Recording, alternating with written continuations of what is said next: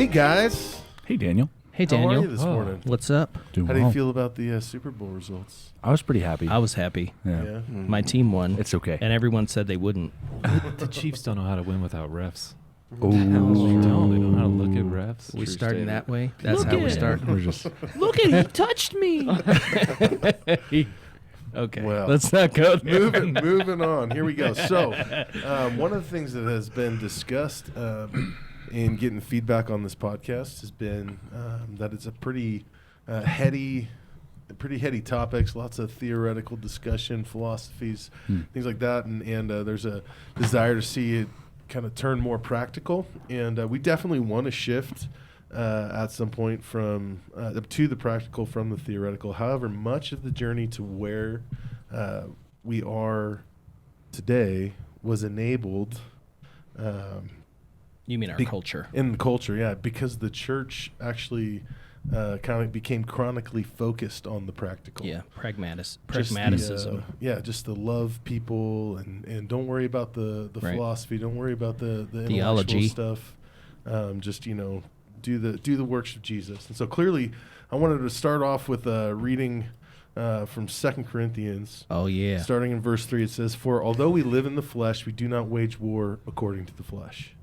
Since the weapons of our warfare are not of the flesh, but are powerful through God for the demolition of strongholds. We demolish arguments and every proud thing that is raised up against the knowledge of God, and we take every thought captive to obey Christ."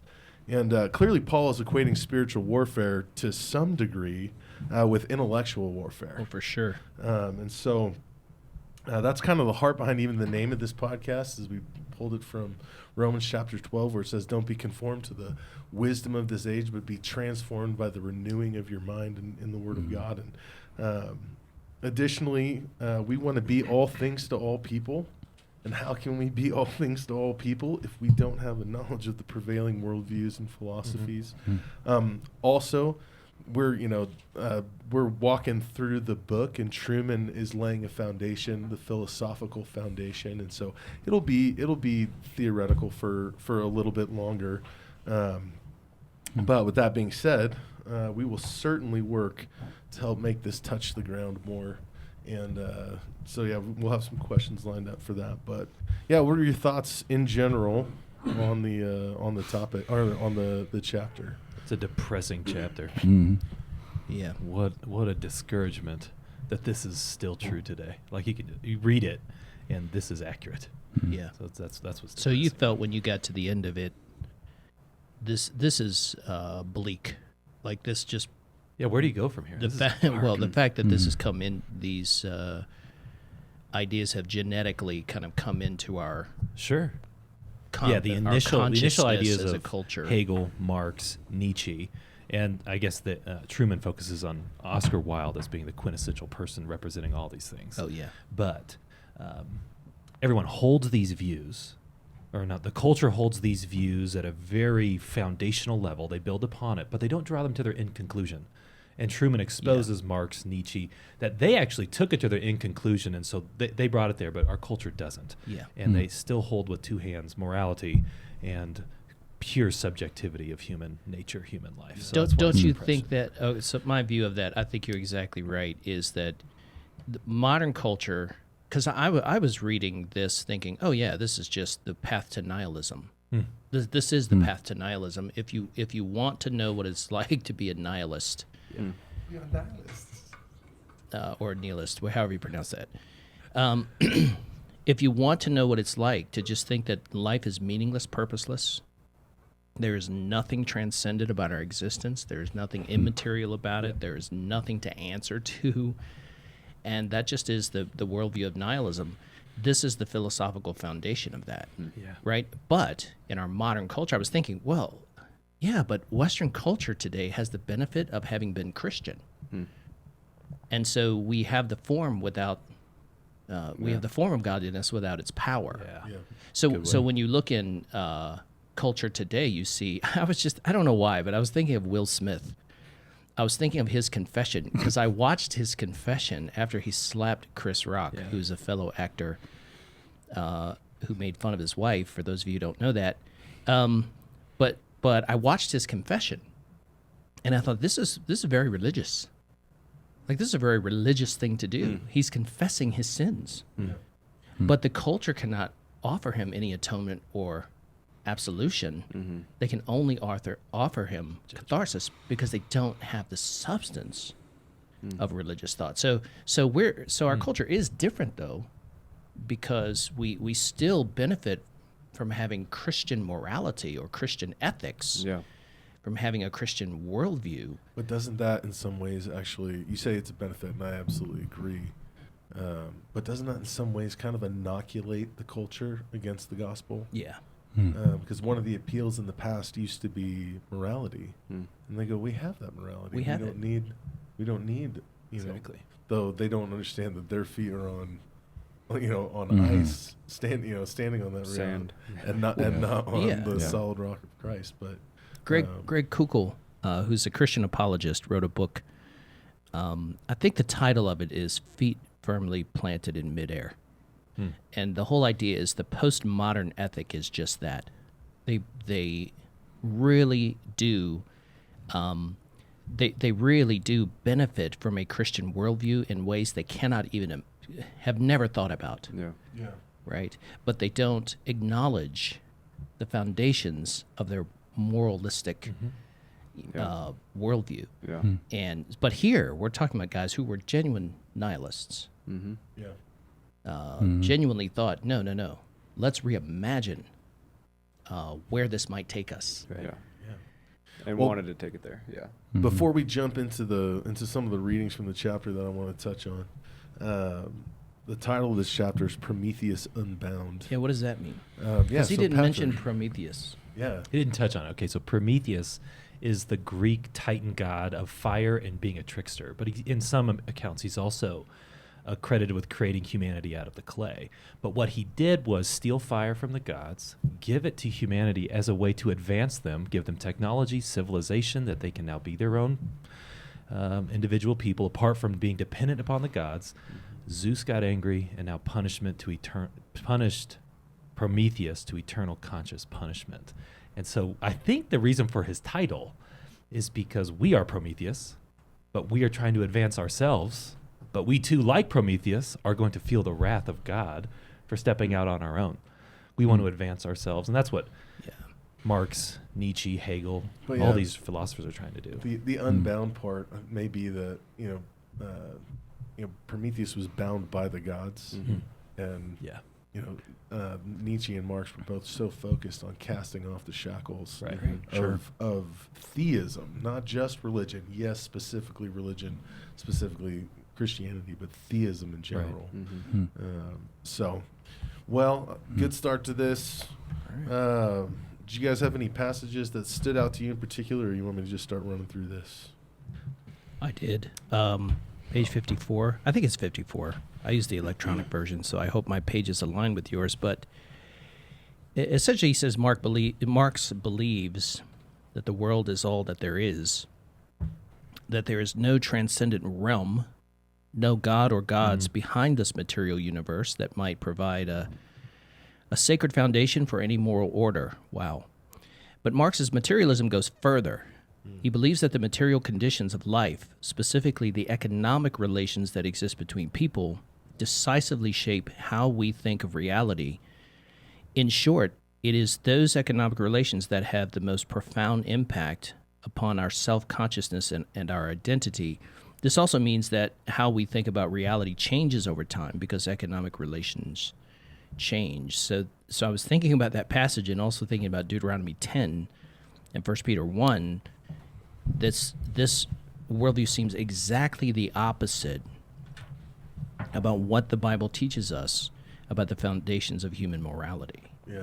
Right? So foundations of human morality are Deuteronomy 10, 17 through 19. Yahweh is your God, and you are his people. Nailed it. Nailed it. Yahweh is your God, you are his people, and this is your purpose. You shall live this way because Yahweh is your God. 1 Peter 1, 14 through 16. As obedient children, do not be conformed to the former desires you used to conform to in your ignorance. So Peter thinks that the way of the world is just ignorant. It's ignorant of God. But as those who called you, the one who has called you is holy, you yourselves be holy in all your conduct. So our morality, whether it ties into economic status or whatever it ties into, is anchored and rooted in God himself, who is the paragon of what it means to be moral, what it means to be right, what it means to be pure and true. And I, as I read that, I just thought, wow, that could not be more starkly different than the worldview according to which we live. Yeah, it's interesting that he is rooting. He says here that, like you said, specifically the economic relationships that exist between people decisively shape how we think of reality. He's rooting reality in not just the, in some ways, not just the creation and the purpose that was given to man to work and to produce. Right. He's rooting it in the fall.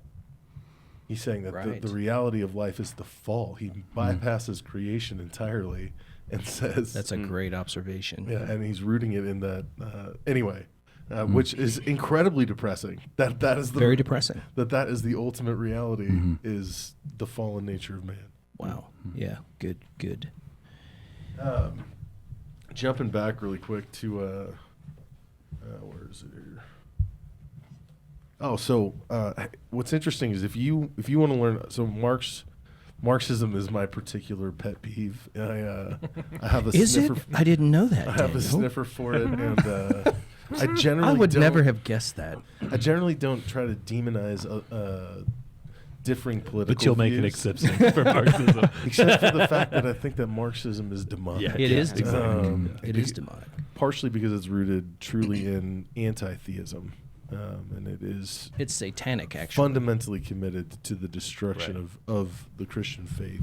Just real quick, if you want to read a good book on that by political science professor Paul Kingor, he wrote a book called The Devil and Karl Marx, Communism's Long March of Death, Deception, and Infiltration. Karl Marx was a huge fan of Satan. Like in Marx's writings, Yeah. he literally held Satan out as the paragon of rebellion against order and his desire to literally burn everything that exists down. So it is quite, what you say is not just a pejorative, or it's not pejorative at all. It's reality. This guy thought in ways that were satanic. Yeah. And he lauds Satan in his writings. And so this book by Paul Kingor is quite eye-opening. Yeah. You just said it really well. But if you want to understand Marx, you have to understand Hegel. A guy named James Lindsay has a really good series of talks on this.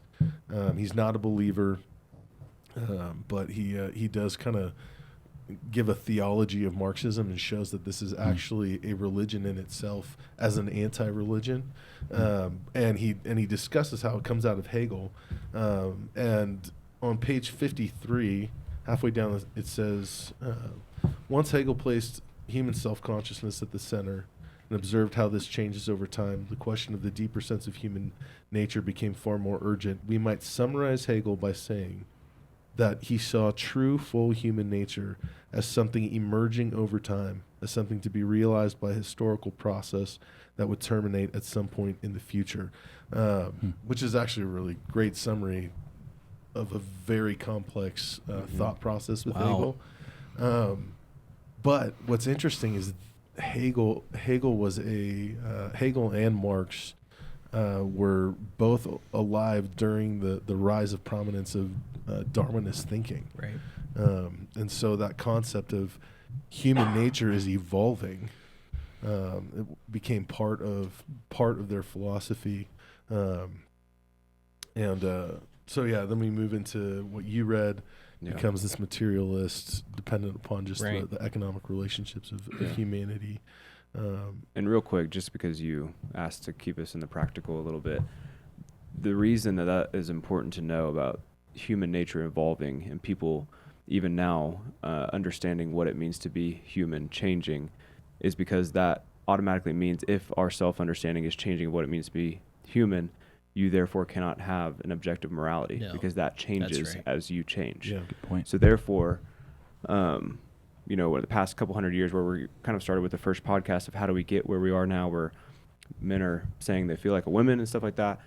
Well, that's understandable when you understand that human self discovery changes over time. Therefore, you can't tie that to objective morality. So morality is changing with us. Great point. And so if we're not understanding that their understanding of morality is changing, and while Yeah. we're trying to tie it back to creation, we're operating on different playing fields And altogether. how do you guys practically and I asked this question before a few podcasts ago, just with teenagers, how do you address that? Like, this is, as Daniel was saying, this is pretty theoretical and philosophical, Yeah. which I would argue is not impractical. But how do you deal with the practical realities with kids and teens and just their parents of trying to help them to understand this is a jacked up worldview. This is a Yeah. jacked up way to live. This is not Yeah. preferable. I think you try as much as you can to do two things. One, train them up, kind of like what our Contrast Brings Clarity class seeks to do. You train them up in the Christian worldview. I'm glad you where they guys are can- doing that, by the way. Where they can explain to everybody what you're doing, Yeah, so, well, I'm teaching a theology of parenting class. And then which we is have also important. Yeah, it is. And then we have a guy who's had some experience teaching a Contrast Brings Clarity class where it's talking about the differences between Christianity and the LDS faith by seeking to focus on the fundamentals of Christianity, where you come to recognize that kind of the sniffer test, that's different, right? Right. That's not true Christianity.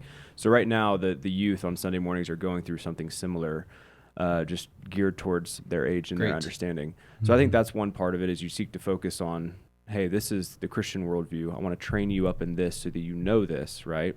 And the other But part of it, teaching an intellectual difference between these two Yeah. worldviews, that's very practical. yeah, I think so as well. I mean, I think that's very Yeah. hands-on, because you act out of your thinking. Yeah. And if your thinking is messed up, Totally true. that's Yeah. where we're going here. Yeah.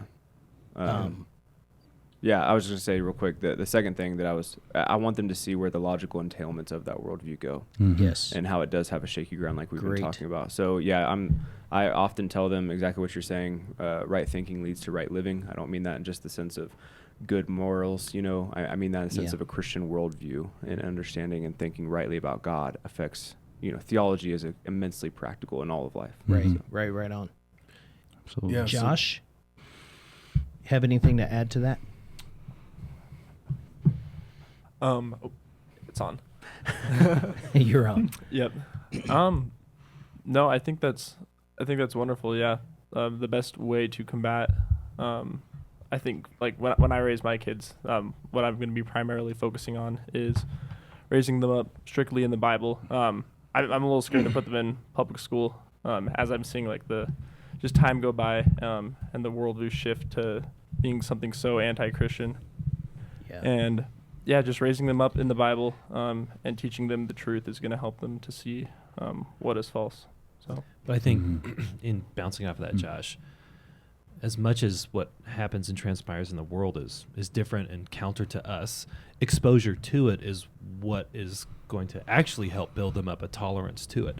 So if I just hide kids away and keep them from these ideas and Yeah. thoughts, then they'll experience them when they're outside of my frame of reference, sphere of influence is probably a better way to say it. And then someone else will be able to twist their ear, turn their knowledge. I want to engage them with these things while they're in my house, in my home. And that can be going to public school. It can be living in the world, having friends. But I want to engage with them. What are my kids Yeah. learning? What are they picking up? Yeah. Asking I was thoughtful in- questions. Yeah, I was encouraged by a father recently who was talking about just discipling his kids and engaging with them, and he's saying, I'm really looking forward to sending my kids off to school. Wherever they go, they will hear nothing from the world that I haven't already talked to them about, Yeah. including all of these worldviews. He said, I That's want to show them where they attack Christianity, and for them to really wrestle with what are some of those hard things that Christians have to wrestle with. I think there are trade-offs for both models, not to get into a discussion about homeschooling versus public schooling. But Carrie and I have public schooled our kids the majority of the time, and there are trade-offs to both. If your kids are in public school, you will have to work quite a bit harder to kind of inculcate the Christian worldview and make sure that they don't contract a false worldview from the world, which they're surrounded by every day, actually in public school. On the other hand, every one of my kids, I can think of lots of examples in which they have been a light in darkness. And that's the challenge with homeschooling, Yep. is how do your kids become inoculated, as you were saying, from this worldview? If they're never exposed to it on any level, well, we do have a responsibility to help them to understand this is the world you're going to run into. Yeah. And fundamentally, biblically, the responsibility for educating children is given to the parent. it's Amen. the parent, yeah. Right? And so if you outsource that, which you can, as part of your, in the same way that I outsource the primary care of my daughter to my wife while she's at home and I'm here. Sure. If you outsource that, that doesn't alleviate you of the responsibility of ensuring that Right. education is happening. And I think a lot of times what happens is kids get sent off for 8 hours a day to a secular instructor, and there isn't any intentional, hey, come back, we're gonna discuss this, and Exactly. the parents, especially fathers, taking ownership over, okay, now we're going to engage this worldview that you were exposed to. And Yeah. praise God, we have some faithful families doing for that in sure. the church. Oh, Yeah. absolutely. For sure. And Like, yeah, and one Like of your the, senior pastor. that's right. and one of the examples that we a great example is Jessica Zornosa. I mean, she was equipped really well by her parents to be in the public world. Yeah.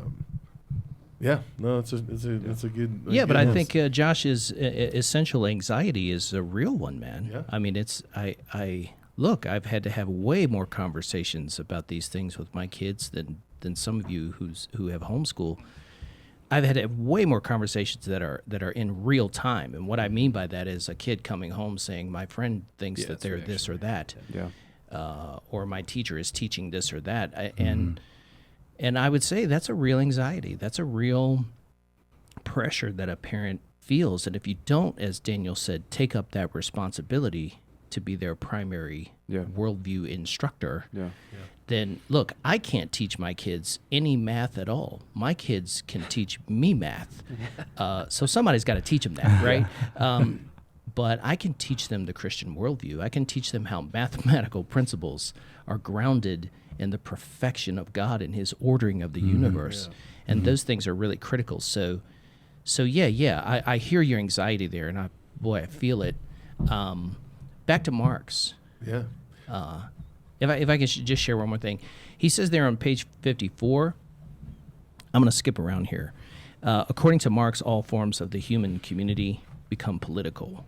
That, I think, is the fundamental insight of talking about Karl Marx. He says on 68 and 69, he says, Marx has won. In our modern culture, he's won. Yeah. For as soon as one side in the cultural conflict politicizes an institution, the other side has no choice but to engage on those terms. We are all, in that sense, Marxists now. So everything from the Boy Scouts, Girl Scouts, schools, sports, Yeah. It's all a What- battleground. Baking Yes. baking a cake. Yeah. baking a cake. What happens when all of our relationships get reduced down to mere political contests for economic dominance? This is don't you think this is the triumph of Marxism now? And the answer is, I will give Jordan Peters' answer. I'm not a huge fan of his take on the Bible, though I appreciate him. But I will say this. He says, this is what happens when you reduce all relationships to political tribalism and power. Yeah. You turn the world into hell. Yeah. Yeah. And that's what we're experiencing in our culture So right now. this It's is a hell. actually this is going to be one of the questions I was going to save till the end, but to the table. Can a Christian in good conscience in this society be apolitical? I think the gospel is, in a very real sense. Okay, I want to hear your opinions on this, because I might be wrong. I don't think I am. Never heard He that. starts every argument like that. But the gospel is political. It's a political message for the same reason that I gave yesterday in my sermon. I don't know if you all agree with this, but the gospel is a counter-imperial, subversive message to Caesar's rule. And if it is, if it's the gospel of me and my personal salvation, it's not political, because that's not fundamentally political. Yeah. If it's the gospel of the kingdom, that the king has come to save me from my rebellion, which is my sin, and the consequences of that rebellion, which is hell, an irreversible judgment of hell, that is political. That's inherently political. That is going to have, and now I don't mean political by meaning that it creates a party to join or it has a constituency that's not the church. Right. That's not what I mean. Yeah. I just mean it is inherently a message about a king and a kingdom. Yeah. Mm-hmm. James. Oh man, Josh. No, I mean I was just agreeing. I mean, Paul tells us we're citizens of heaven, and that's our first priority. And I agree. The gospel it's about a kingdom that's coming, and we're going to the world heralding the gospel of turn from your sin, repent, and believe in the King who is coming. If you don't, he is bringing recompense for everything you have done. Yeah. And so we are proclaiming that. So going back to your question, Daniel, can you flesh that question out more for us? Yeah, where are you going with that? Coming from Southern California, there's a lot of resentment towards the association between Christianity and conservatism, and so one of the fashionable things to say was like, "Oh, I don't really do politics. I just love people," or I and if Marx has triumphed in this sense, if the prevailing cultural attitude is one of all relationships are political, the politicization of once neutral institutions, even though the myth of neutrality is another thing. Does a Christian have the privilege to say, "Hey, I'm just not going to engage with politics"? Is that what it means to be a responsible citizen? Or is the cry of Jesus is Lord political enough? Because by implication it means Caesar is not. That we have to have some political savvy, just like we have to have some philosophical savvy, and we have to have some some ability to engage. Yeah, man. I hear what you're saying, and I resonate with what you're saying. I'm not a theonomist, and for those of you who are listening, Daniel leans in that direction. I lean away from that direction, though I sympathize with many of their concerns.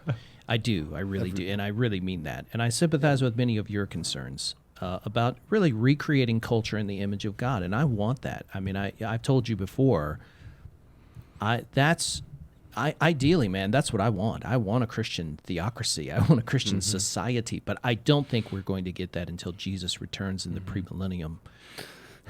Millennial, right? No. So let's not get into that. Oh, but my goodness. But I'm just saying. Here's what I'm saying.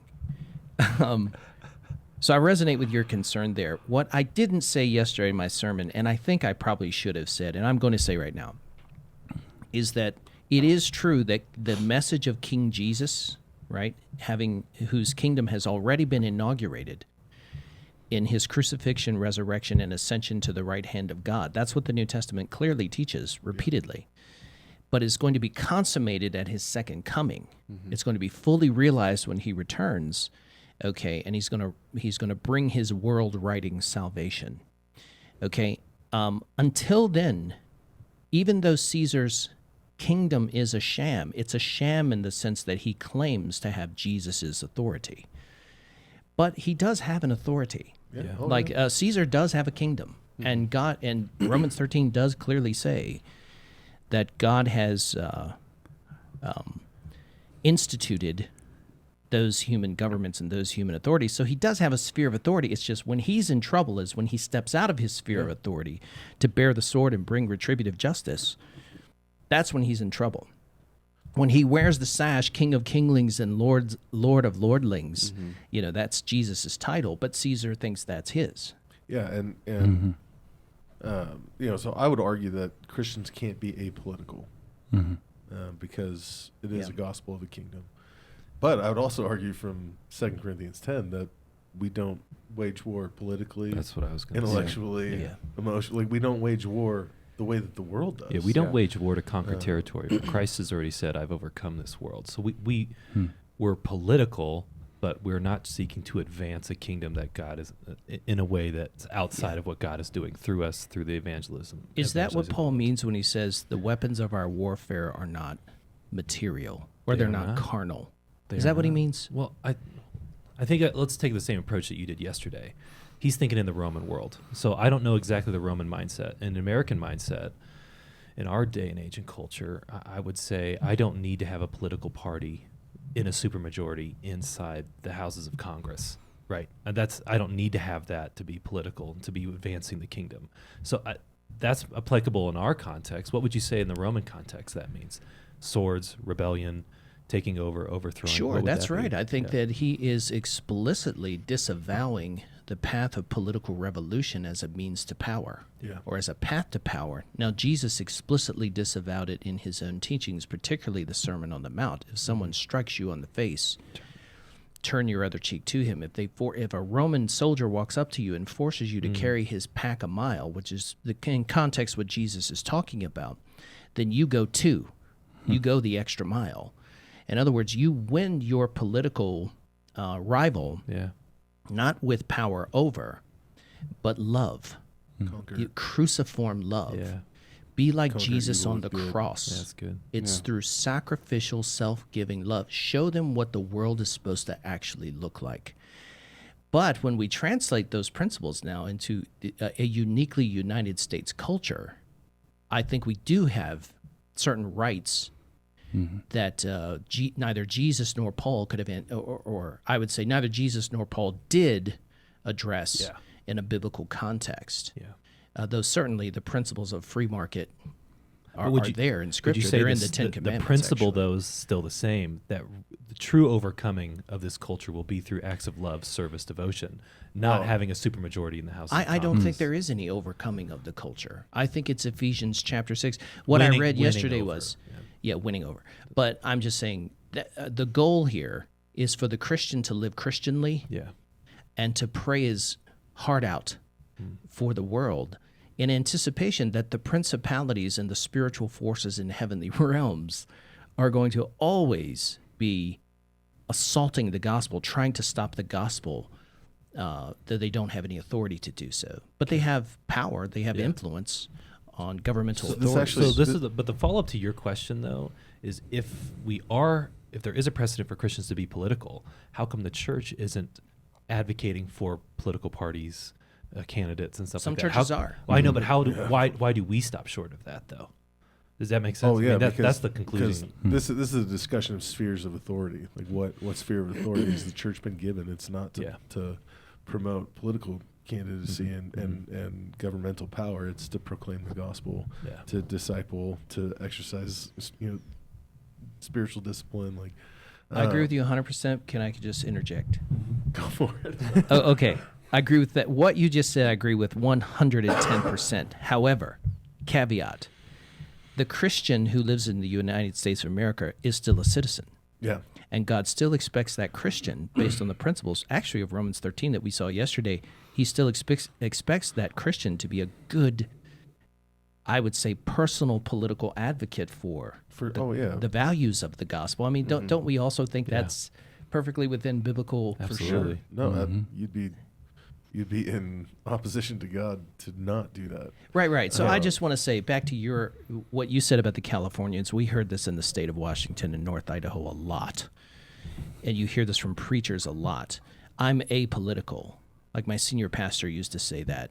I'm apolitical. I'm not apolitical. I'm for the gospel of the kingdom. And by the way, the values of that gospel directly impact who I vote for and what values I vote for. And I think there are certain first principles in the Bible that do translate into political engagement. So we want to encourage our people also to politically engage in ways that would further the gospel. I think taking an apolitical stance follows a bit of I would say the world's influence to say there is sacred and there is secular.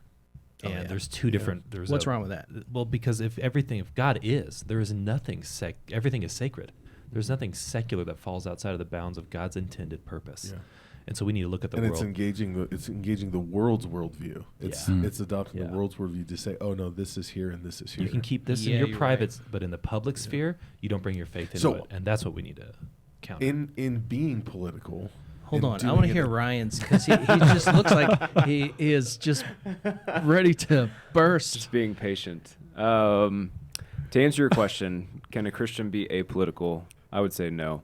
And I would say that for two reasons. I would say one, based on what you guys were saying, I think it is true that Jesus is Lord of Lords and King of Kings. And so our fundamental citizenship is in heaven. And we await that final consummation. We're looking forward to it.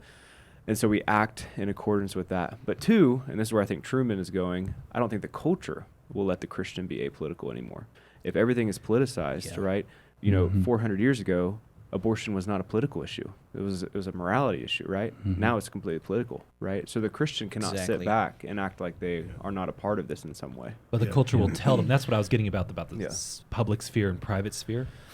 We can't be neutral, but they're going to tell us we can't bring our faith in. Therefore, you have Oh, to yeah. adopt ours. Totally, So leave yeah. your faith at the door. When So they I They would would say come our into ours. standing, Yeah. yeah. Yeah. But great example everything from in the- creation, if we're reading Genesis 1 correctly, every single thing in creation and the Psalms performs a sacral function of bringing worship and glory to God. God's cosmic temple. So So here, how could we watch separate? this. Watch this. Sorry, I go got a ahead, great. Dan. No. Daniel's ready, man. This is He's a great ready. segue. So one of Marx's points, one of Marx's fundamental tenets is this concept of alienation, Yeah. right? Especially alienation of the worker from The fruits of their the labor. fruits of their labor. What does right? that mean? How explain that? So the way that Truman puts it is great.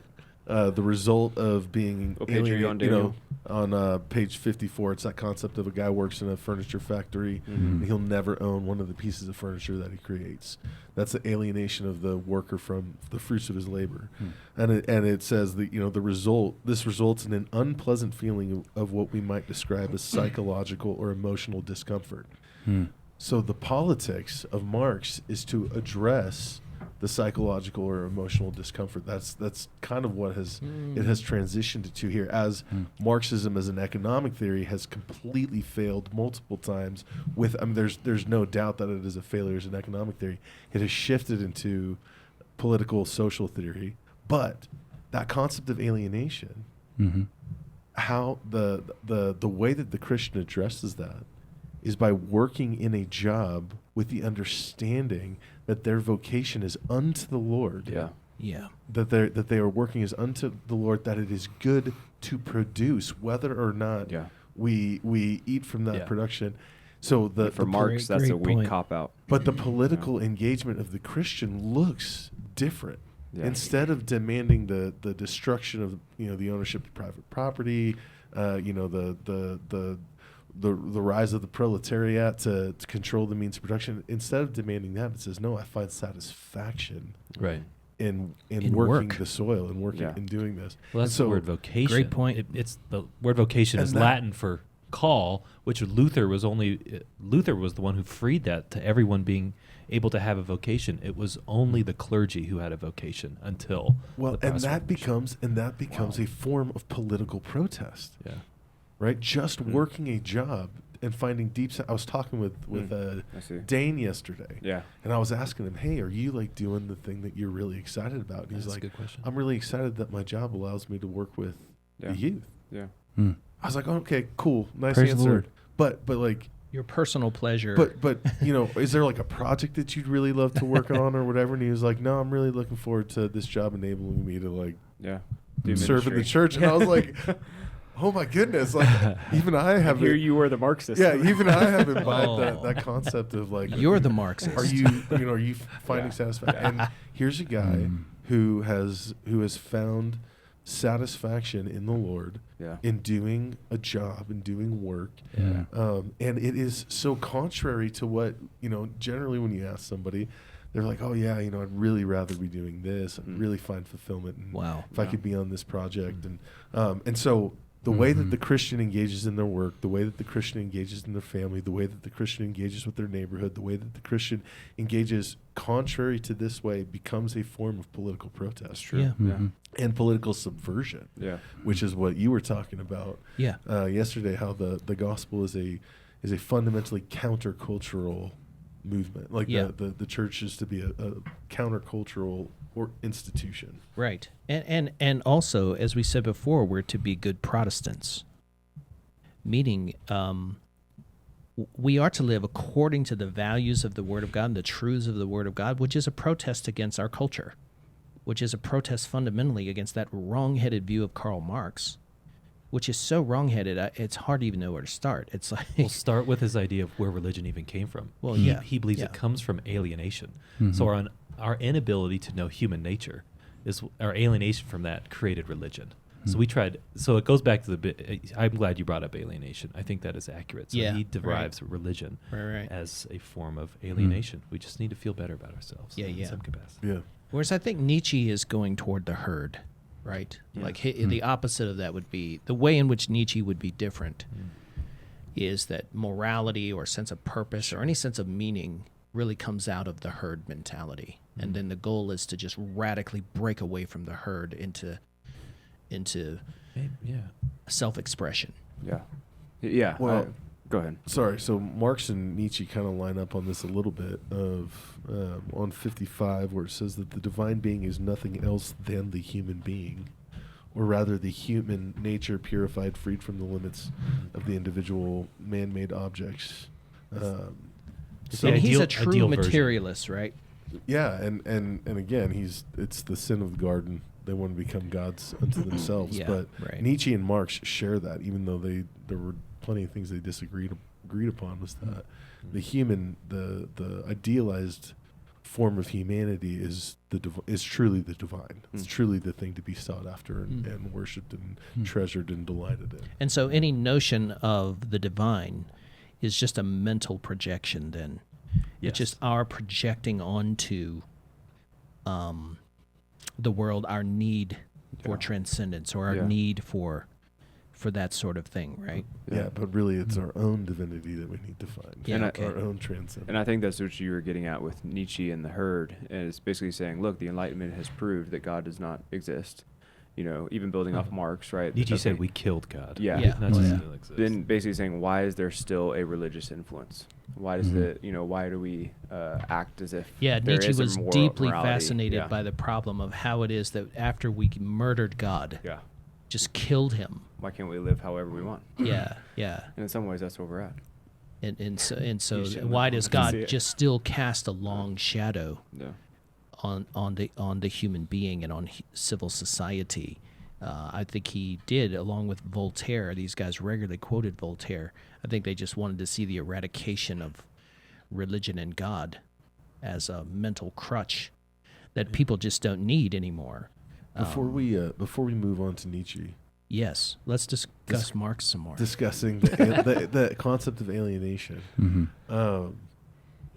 So listen, we're jumping ahead, man. I'm no friend of Marx, but Marx did have some legitimate critiques of capitalism. Okay, I was going to ask you about that. Is there a legitimate critique in here? But the concept of alienation, there is a legitimate truth to humanity suffering from alienation from the garden, being in exile from the garden, and the thing that gets me with Marx is that there is this sliver of truth that makes the poison more easy to swallow. Right? It's the spoonful of sugar that lets in this ultimately destructive philosophy. But there is that concept of we do experience alienation. Well, Ephesians chapter 2, 11 and following, right? That you were alienated from the commonwealth of Israel. Well, Israel's people of God. So the Gentiles were alienated from that. And not only that, there was a dividing wall of hostility. Yeah. So we're not only alienated from God, but we're alienated from our fellow man. And that's why Romans 5, justification, right? So then being justified, you have received reconciliation. Yeah, good point. That only through the gospel can that alienation be addressed. Right. So it's a real problem, but this guy just has all the wrong solutions. Yeah, because he removed God from the equation. He's removed God from the equation, and he's also removed. You kill God, you kill human nature. Mm-hmm. Oh, yeah. There is no human nature. Yeah. You don't have an Untethered. That shaky ontology. ground. You're Well, that's just the matter. unbound. But That's that's- Prometheus unbound. Yeah, Yeah, that's but you a good can't point. kill God. There's always a God. Mm. It just becomes humanity. Yes, that's right. Yeah. No. Yeah, you just That's the shift point. your allegiance and your worship to yourself as now the new self god. This reminded me of T4G, where we are all at, and Kevin DeYoung's The World Has a Justification Problem. It is constantly Yeah. searching for a way Yeah. to seek justification, whatever it means. I can see it in Marx with alienation. He is trying to justify the internal angst he even feels and the culture feels. He's trying to solve a problem. But looking at his personal history, you can see where that's coming out of. I mean, the guy is. First of all, he is one of the most evil human beings. Lets his children starve because he won't get a job. Yeah. His mom, his sister beg him to get a job. He won't. He's a moocher. Like he just mooches off of his friends. He's a lech. Engel, Communism Why embodied. does anyone listen to these people? so someone who met him wrote about him and said it was like meeting a man who was possessed by a demon. Like he just looked like a gargoyle sitting on an emaciated gargoyle sitting on a perch. I mean, here's a guy who is he doesn't just have a philosophy of economics and politics. He's friendless. He doesn't have any friends. Everybody hates him. He hates everyone. That's why I wanted to say to people who are espousing Marxism today, do you know if he were around and he were alive, he would hate you? He would revile you? He dies friendless. He dies penniless because he won't work. So we're talking about a guy who literally out of his own anger and sense of alienation And victimhood. That he was and victimhood. that he was where he was at because all these things had been done to me. Right. And specifically that hatred towards the church as being exploitive of he was the original victim culture. Yeah, he was. That's where it comes from. That's where it stems. Well, it stems from the devil, but it really stems through his political philosophy. Yeah. Anything else you want to talk about with Marx, Daniel? Well, and the other consequence of Marx is really the concept of the church went from being an institution of trust and mercy and general goodness to now it's seen as it's an exploiter of people. Yeah. It's fundamentally in his twisted moral system. That's Yeah. definitely It's- true of he's- him. Growing up as a German in London, but growing up in the city of Trier, he's surrounded by beauty. He's surrounded by these gorgeous cathedrals, and his father converts from Judaism to becoming a Lutheran, an old school liberal Lutheran. And so he just has this deep, he doesn't just want to burn the world down. He specifically wants to burn the idea of religious authority down. So the idea here is he's growing up surrounded by these icons of religious authority over him. Yeah. And now he's going to follow Satan to cast that authority off. And so there's just this deep-seated anxiety and angst and anger toward external authority. Yeah. So do you think he was a deceiver that then became himself deceived? You want to? Well, he was definitely deceived. Yeah, and I think it's very interesting in the New Testament. John Piper brings this up very interestingly.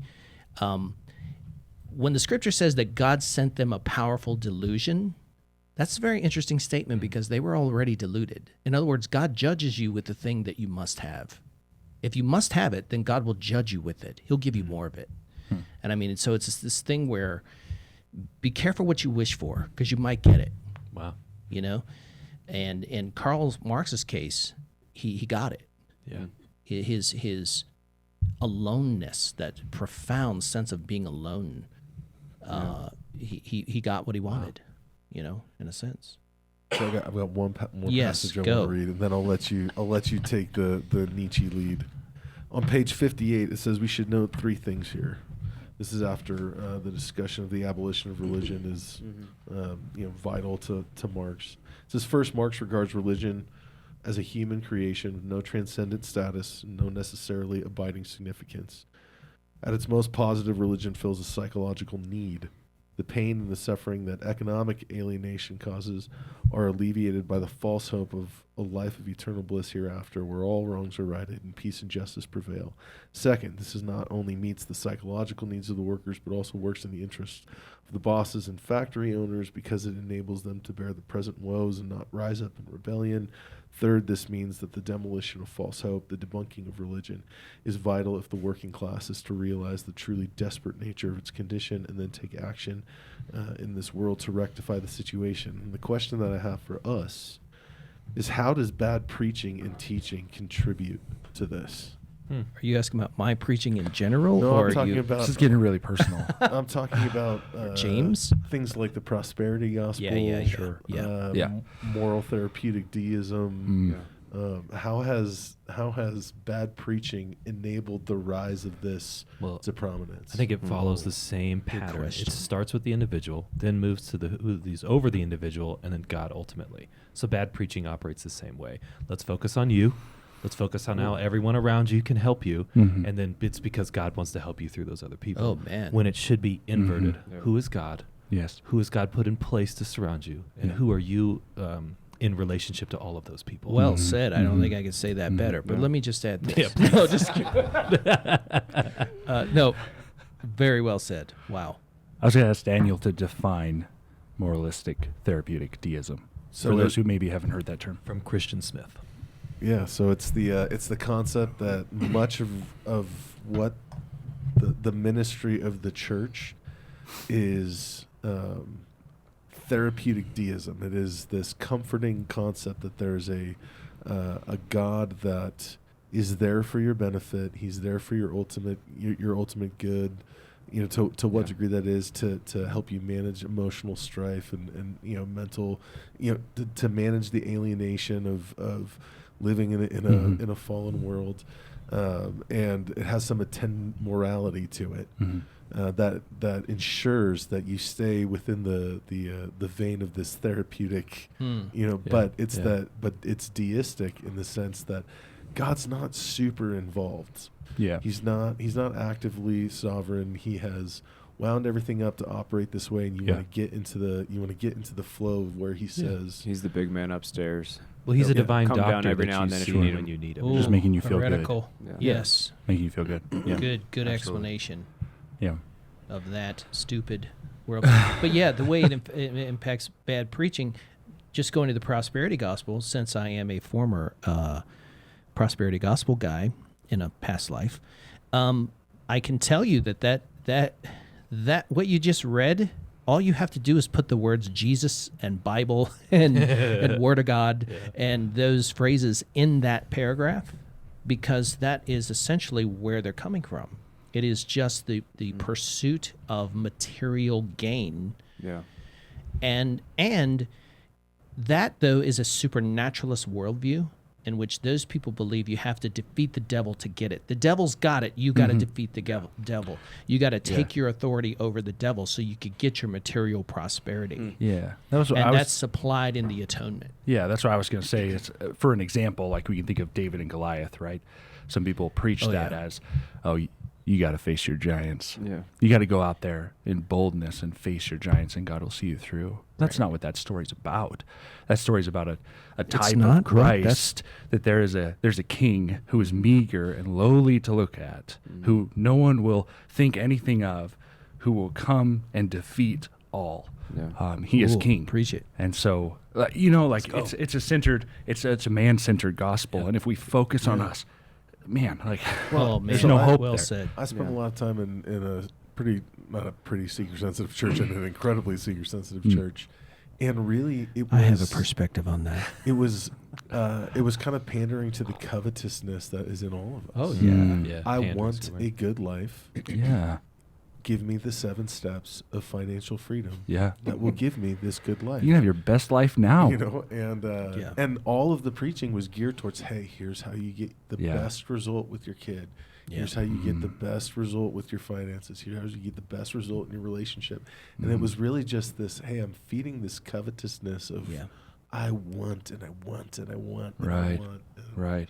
Just to defend the seeker-friendly movement for a second, because I was a seeker-friendly pastor for 22 years in seeker-sensitive Yeah, churches. can I put in a caveat there? Yeah. That church loved me incredibly Yeah. well, Mhm. and I don't want to just dunk on it. And No, yeah. Sure. But you have a legitimate critique, and I'll just put it in this perspective. The seeker-friendly movement, every seeker pastor that I know wants to win people to Jesus. Sure. They want to legitimately bring them into a saving knowledge and a saving relationship with Jesus. But the way that they go about it is to water the story down into these sort of tic-tac or ticky-tac principles that hang in midair that aren't really grounded in the story of Scripture. And so what you do in that movement is you preach the principles because you know that biblical principles are good for people. You attract them with those principles, and then you lead them to the cross. It's just that after you spend so much time trying to turn the gospel into just a set of practical principles you can live by, you begin to forget the cross, and you stop preaching the cross. And the next thing you know, the cross is just not central to your theology anymore. And because you just sort of, it's evaporated. Well, it's the progression of we preach Christ crucified to we preach Christ to we preach. And you leave. Yeah, it just keeps falling. Well, it's off also the the side. Andy Stanley thing, if I may bring him up again. It's also the deal about unhitching the gospel from the Bible. This idea that you can preach the cross and you can preach the resurrection apart from preaching it, as Paul says in 1 Corinthians 15, according to the Scriptures. Right. It's that Jesus was crucified and buried according to the Scriptures, that he was raised according to the Scriptures. So what you try to do is, eventually what you want to do is lead people to the Bible, but let's just start with the cross, or let's just start with the principles, and we'll get them there eventually. But it's like, no, the moment you divorce it from the Bible, you begin to lose it, because it isn't grounded in anything other than actual history. All right, let's jump to Nietzsche and the death of God. Yes. So excited about this. Okay. Go for it. Jeff, why don't Can I you go? Okay. jump in on this. So with respect to Nietzsche's madman, so he tells the story, or he depicts this guy who's the madman who goes into the town square, and he begins to scream about the death of God. We killed him. And he calls all of them, that is the Enlightenment philosophers, murderers of all murderers for killing off God. Now, Trueman states on page 62, if you flip over there, he says, you cannot dispense with God or shove him to the margins, or make him nothing more than a necessary presupposition for morality. If you displace God the way Nietzsche tried to do, you kill him, then everything changes. Nothing, absolutely nothing, can stay the same. Most pointedly, there is no moral stability to the universe. There is nothing greater to which the individual must or even can be held accountable. There is no moral structure to human nature, no end in light of which all human beings should shape and direct their lives. We are free from all such constraints. And then he goes on to say on page 63, we might express Nietzsche's thought this way. Here's the summary.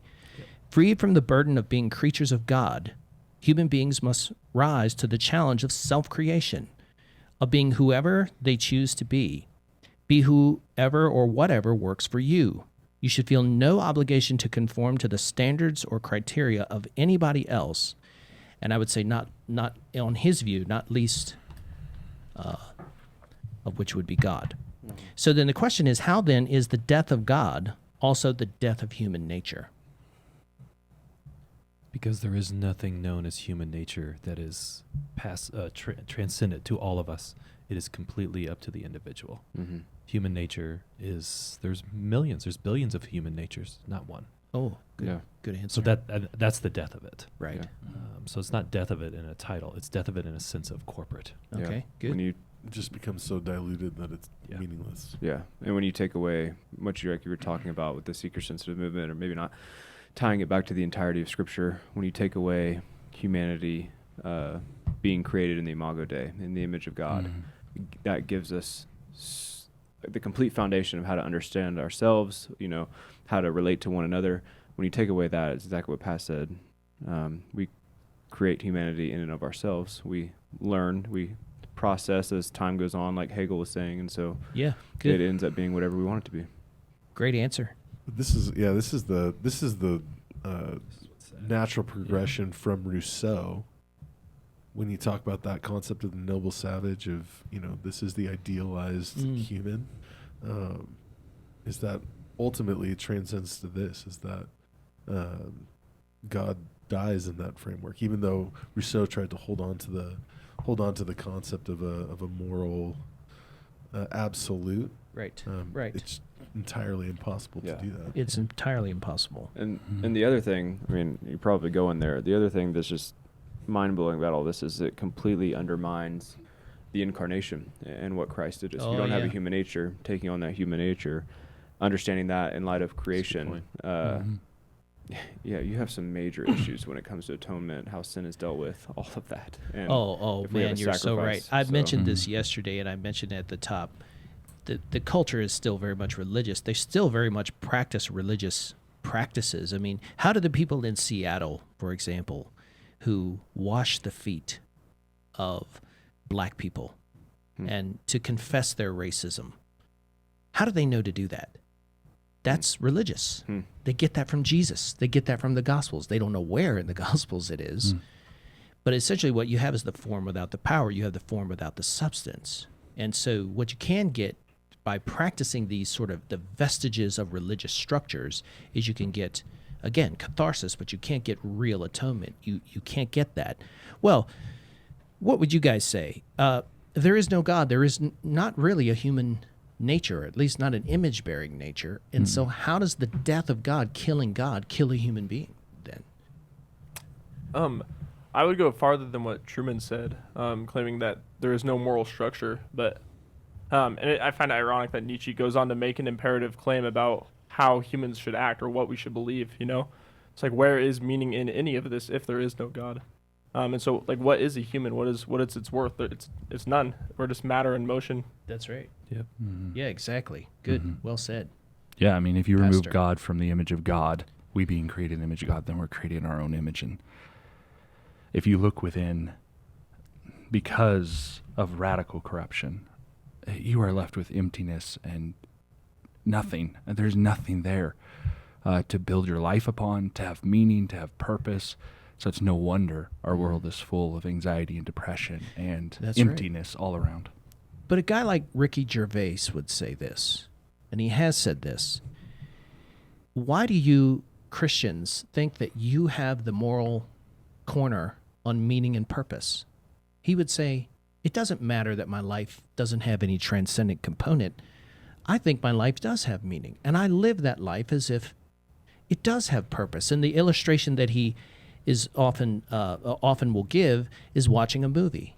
He goes, I know the movie is going to end, and when the movies end, it's over. When the movie ends, it's over, right? But that doesn't mean I can't enjoy the movie and watch it and enjoy it while I'm in the midst of it. And he sort of uses that as an illustration for life. But so how do you answer that? I mean, is that the Ecclesiastes, basically, eat, drink, be merry, for tomorrow you die? Like, I think it is, yeah. I mean, that's not...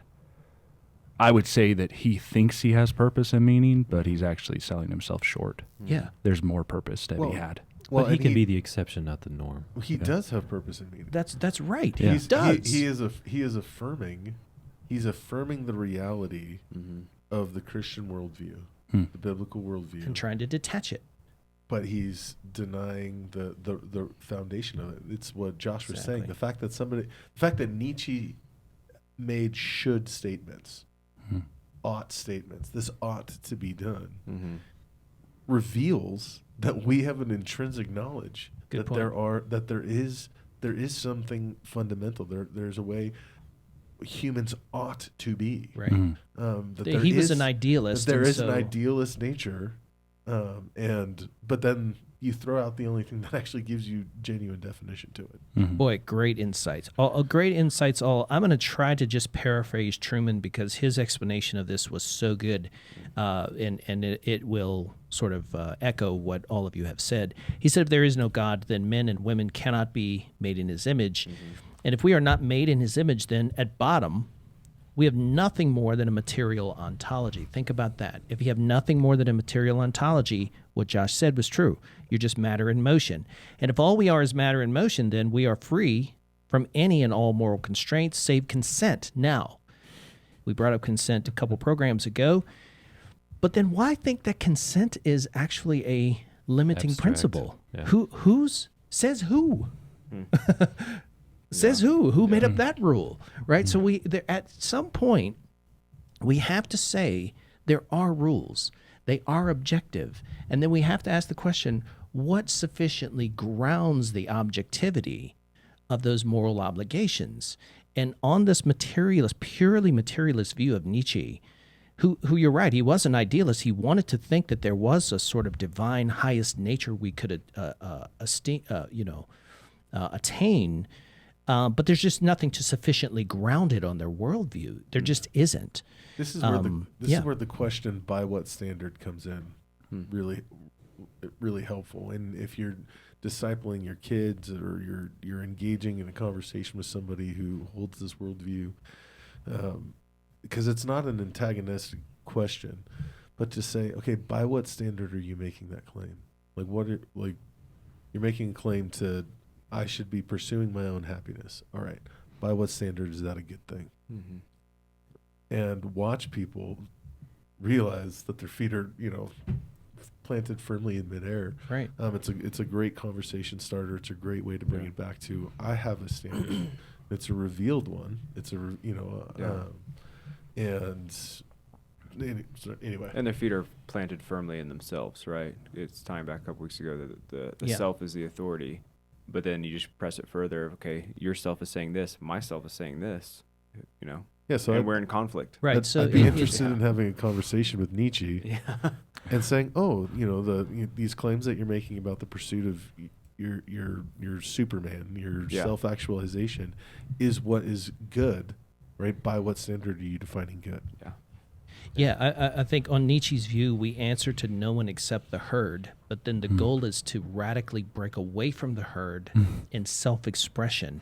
But then, why is it okay to punish anybody? Exactly, or why is it okay for society to do good, right? So the question is, what kind of society does this Marxist and Nietzschean mentality produce? How should we think of acts of social altruism on this view? What do we think? What actually grounds the activity of doing good for the commonwealth now, and not just myself? Because on this worldview, I should not care about acts of altruism in the culture. In fact, he's pretty light on that. So then what kind of society does this produce if we also do not think about how we love our brother as we love ourselves? Well, it becomes what he describes it with Oscar Wilde. It's about being transgressive. That the good becomes actually doing wrong, violating the standards, violating the principles and mores, which is one of the reasons why modern art is so unbelievably terrible. Is that the whole purpose of the art is to be transgressive of beauty. Yeah. Right? Because there's these there is no objective aesthetic on their view. And in art and even in science now, there's this push of like, hey, let's be transgressive. Does 2 + 2 really equal 5? Yeah. I mean, really equal 4? Or does it equal 5 if we all agree that it equals 5? Right. Do you believe, and this is not in Trueman, but as I was processing it, the transgressive nature of everything, whether it's in art, whether it's in cultural relationships, does that all stem from having to make sense of guilt for the unbeliever, the one who denies God? What do you mean? What's the So the source and experience of guilt for transgressing the common law of God that he's put in place. If that is true, then I have to try to undo this guilt. And so I'm going to corporately encourage everyone to just claim that this is good. And so I'm going to convince myself. Do you understand where I'm kind of going I would say this? maybe for some, but then I would say, Scripture would say that their consciences are seared. Well, that's what I mean by the so guilt. I don't even know if they don't have the guilt at all. You know what I mean? So I don't even know if they're trying to address it. But I think they're just operating without God. No, with my I would daughter- say it's like an operating system that's in their subliminal, to use that. The hot conscience is Good word to bring seared back out. Yeah.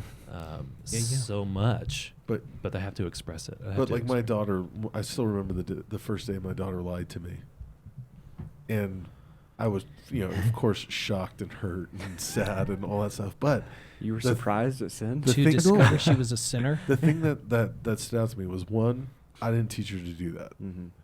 and two, the reason she lied to me is because she knew she needed to be justified in my sight, Oh yeah, yeah. Mhm. and the lie was used to say no. Mm-hmm. Here's my That's a righteousness, good point. basically. And so I do think there's a fundamental, so much of this is we have the awareness of we Yeah. need justification. And so we try to tear Right. down the standard by which, we're justified in order to, lower the bar so that we make it over. Or we try to say there is, this is just an invention and you Mhm. don't need to feel this way. In Right. fact, you feel this way because you're deprived of the fruits of your labor. It's not really because you have guilt. Yeah. But I think like- it's interesting. I need other people to confirm that in me.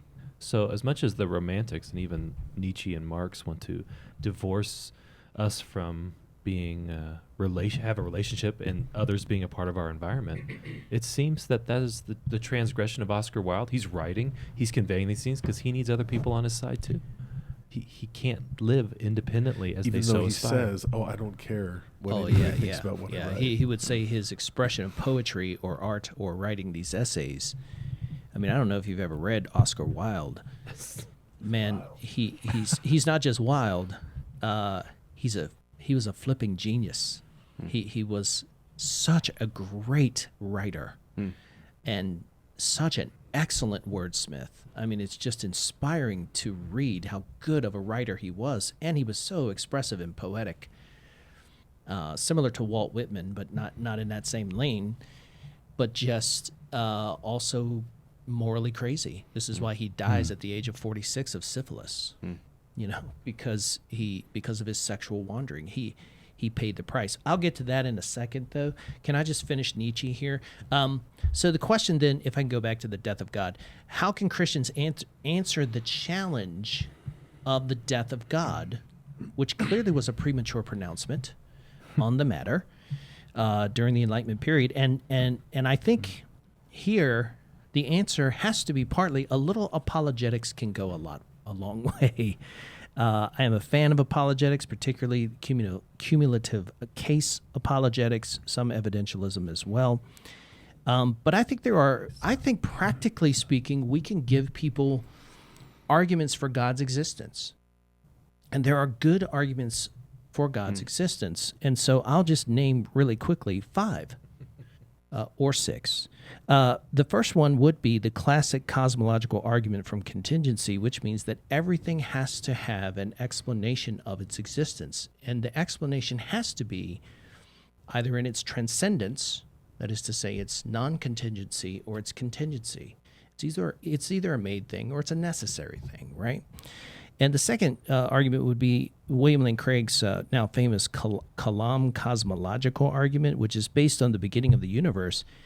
Everything that begins to exist has to have a cause, and it has to have a transcendent cause. And if the universe began to exist, which is the standard view in cosmology today, then the universe has to have a cause that transcends itself.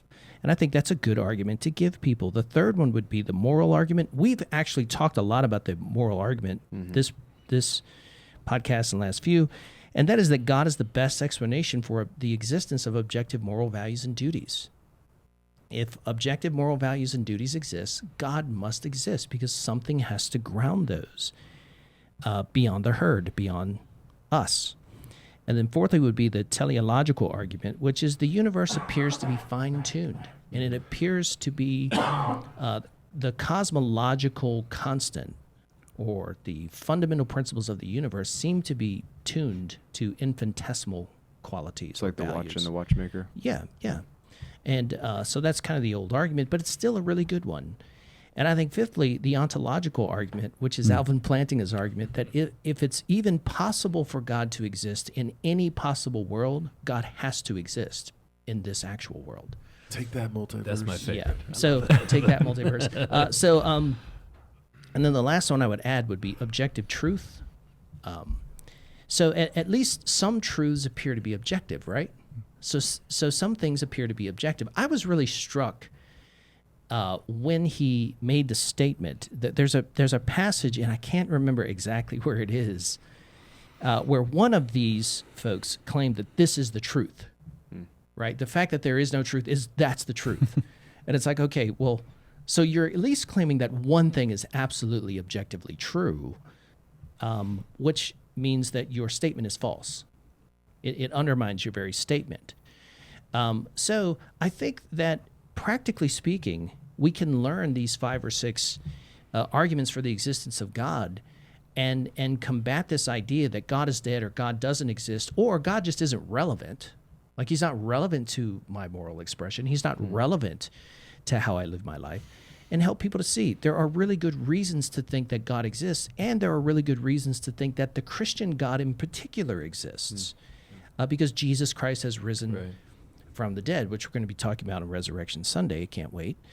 Any case, your thoughts on that, evidences, arguments, good, solid reasons for why we think Nietzsche was just flat wrong. The Enlightenment did not kill God. He's not even sick. He's not even hospitalized.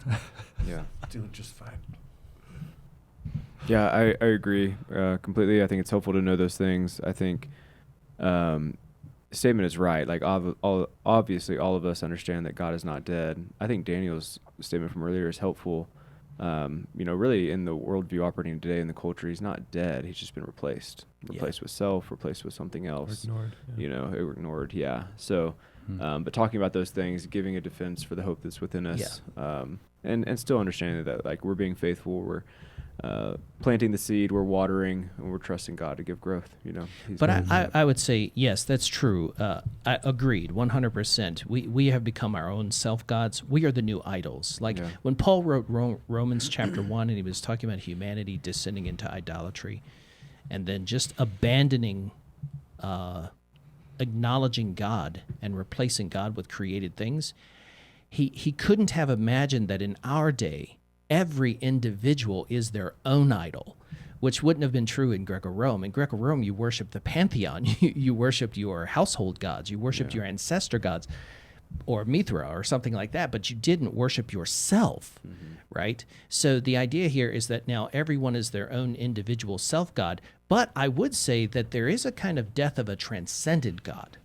That in our culture is dead. People don't believe that there's a God who transcends me, who issues commands to me, who tells me who and what purpose. More pantheism. Well, and I think your statement that there's a death of transcendent God is correct in that, if this sounds familiar, Nietzsche's notion that morality is rooted in the God of the system, is really about taste, is helpful in thinking about our current moral climate. This is on 64. So often the language we use confirms Nietzsche's perspective is now a cultural institution. So often we will speak of morality in terms of taste or aesthetics. That remark was hurtful. That idea is offensive.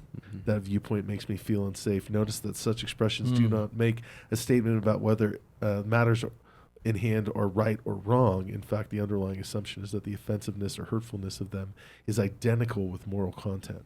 Right. The subjective response has become the ethical criterion for judgment.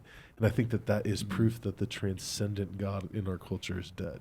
Right. Because that is the majority of what morality is rooted in. Yeah. So my feeling of having been offended by you is equivalent to your transgression of my morality. Yeah. Wow. Yeah. What a great passage. That was a good one. Do we want to move on to Oscar Wilde? Whatever you guys think. Let's do it. Okay. Mr. Fun, as I like to call it. Free-form fun. So Oscar Wilde was the epitome of the modern sophisticated sexual wanderer. And Trueman states, I think this is on page 66, Christ's significance for Wilde. Now, this is very interesting, his belief, because he did believe in God, and he was a theist, and he liked Jesus, at least for his own purposes. He says Christ's significance for Wilde is not that not that ascribed to him by Orthodox Christianity. Rather, it is the fact that Christ is the supreme individualist, the one who breaks with social conventions and expectations of his day to tread his own intentional path through the world.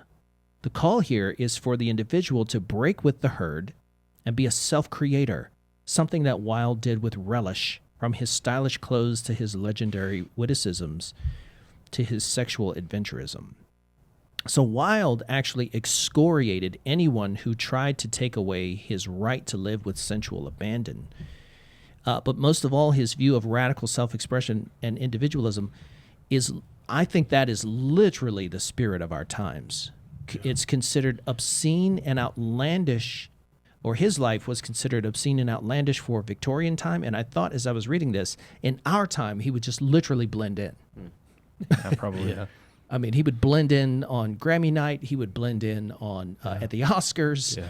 I mean, this just is the spirit of our time. Yeah. So Wilde's approach to Jesus is enlightening because now Jesus has been co-opted to serve Wilde. Jesus has been co-opted for the project of promoting an individualist who just bucks authority. Yeah. But again, back to bad preaching. Bad How preaching. many sermons have you heard where Jesus is presented as the noble rebel that Yeah. we should pattern our life after? You know, like he Exactly. he was bucking the religious institutions. He was, you know, defying authority. And there's truth to this, Yeah. but it becomes this thing of okay, Christ is now made in my image. Right. He's now made to serve my purposes. We watched the Super Bowl last night, the He Gets Us campaign. Yeah. It is playing towards that. Like, hey, Yeah, it is. Jesus gets exactly who Yeah, I you kind of thought are, that too. Yeah. exactly the way that you are.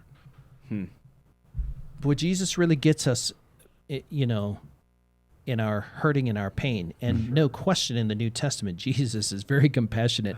You know, he looks at the hillside and he sees harassed and helpless sheep, but they're sheep without a shepherd. That's why they're harassed and helpless. Yeah. And they need a shepherd. They need his authority. Yeah. They need his truth, Good point. right? And so we can't divorce it from that. Yeah.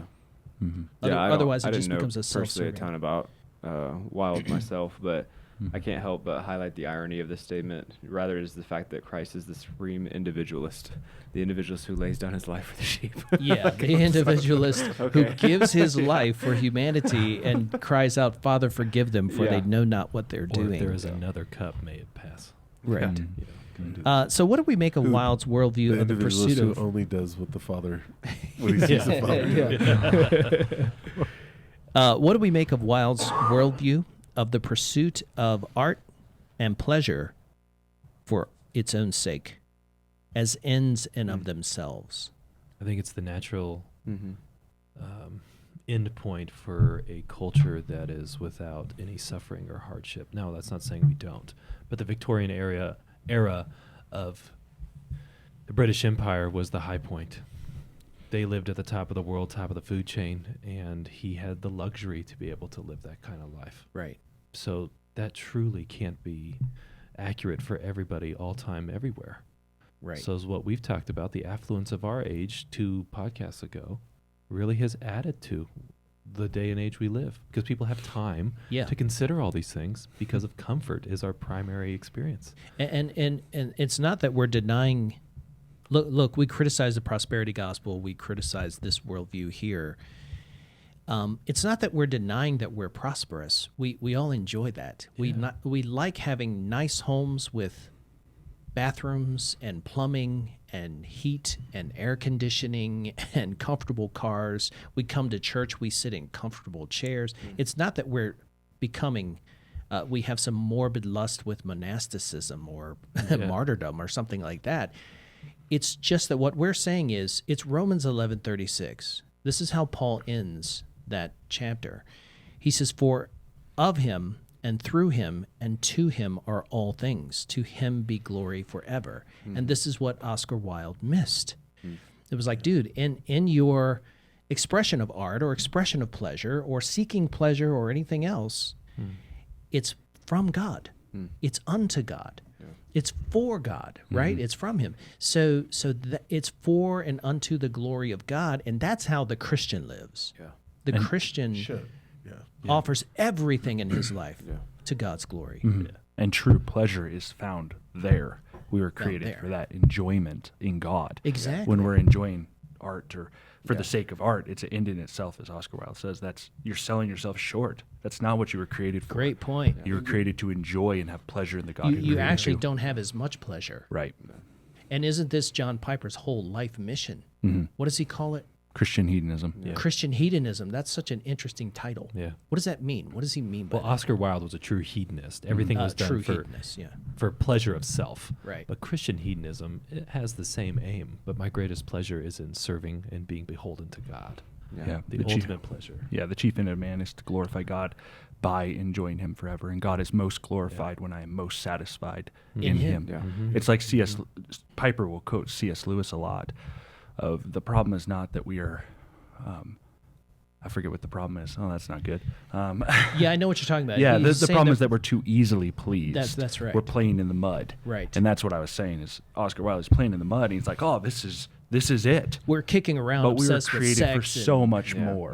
pleasure and all these other we were things. created to Yeah. glorify Right. God. Yeah. Yeah. In His right hand there are pleasures evermore. Yeah, amen. And back And to that's what He missed. And back to Patrick's statement of you're going to serve somebody, Mhm. right? Oscar Wilde is art for art's sake. You're literally serving art. You're serving this thing that is. Isn't that idolatry though? Yeah. Mhm. But that's the thing. Like, it's not that Yeah. he was free. He was Good point. serving. He was in servitude. It's the deception to of something. autonomy, that I am autonomous from any and everything. Hmm. That's self-deception. I'm not autonomous. Right. I'm beholden to the things around me. Hmm. Oh man, and that segues very nicely into him dying, and I do want to bring this up. I want to close this on just a really upbeat note. So dying at the age of 46, likely from syphilis due to his sexual adventures. How does his death at such a young age from sexually transmitted diseases speak now of a code that was written into his body? Mm. He not only lived in rebellion to the expressed law of God, right? The decrees of God, and this goes back to Exodus 20, the Decalogue. Do not commit adultery, right? That's what God said. But then again, God hasn't just given us the law on the tablets. He's given us the law in the heart. And He hasn't just given us the law etched in our heart. He's given us the law in our bodies, which means that in nature, in our very natural bodies, is a constraint that He's given us. And so this idea that we cannot just wantonly pursue lust and reckless sensuality, Wilde received in himself, as Paul would say in Romans 1, the due penalty for his transgression. And so I want to bring this up. Very gauche opinion. Sorry, I don't say opinion. I'm just saying. It's Paul. No, I get you. I'm just saying in the culture that is a Gauche. like totally out of fashion. It's just out of fashion. Horrible Okay. thing to say. It's a horrible thing to say to someone, Like but it's wearing true. white after Labor Day. Yeah. Just kidding. It's true. Yeah. Listen, if you like to fly around in those wingsuits and you like to fly through canyons, those flying squirrel suits, Base Calm jumping. down here. I actually want to do this one day. and you do this routinely, and you like to come as close to these rocks as you possibly can get. Well, hey, there's a natural law built in there. It's called the law of gravity. It's called the law of whatever, and these physical laws are, and so there are also natural laws built into the body. Yeah. In which God says, listen, you're in defiance now of the last line of defense that I can give you. I've given you a moral obligation, a command. Yes. Right? I've encoded it in your very spirit so that you know, even in your rebellion, that you're guilty of transgression. And then I've actually put these things in your body to say you can't go that far. Mm-hmm. Yeah. And then so do we have a message here for our culture to say, I think because the this is way- where his book is going. Yeah, and I think Wilde bypasses that in the statement that he makes on 67. This was shocking to me. A man cannot always be estimated by what he does. He may keep the law and yet be worthless. He may break the law and yet be fine.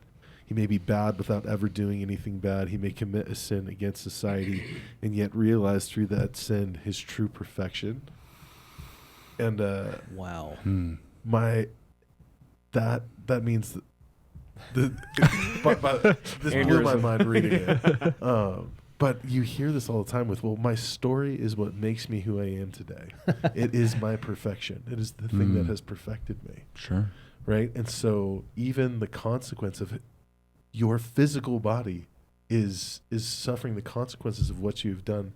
No, this is just my becoming. This is my becoming the perfected being. Mm-hmm. Right, and dying early, dying before you were 50 years old, and unnecessarily. I also think of who's the guy that was the lead singer for Queen? Freddie Mercury. I mean, if you listen to their songs, Freddie Mercury was one of the most brilliant artists, one of the most fantastic rock and roll singers of all time. I mean, just a moving, powerful voice. And he killed himself. He killed himself with just homosexual orgies, you know? And that's really unfortunate. But I think as the church, we actually have a message for the culture, which is to say, hey, listen, God loves you enough. Yeah. God loves you, but he loves you so much that he wants you to conform to his word. He wants you to conform to his moral law because it's actually good for you. It's actually more pleasurable And to walk with God. And you're worth more than dying at 46 of syphilis. You are. You are more valuable Yeah.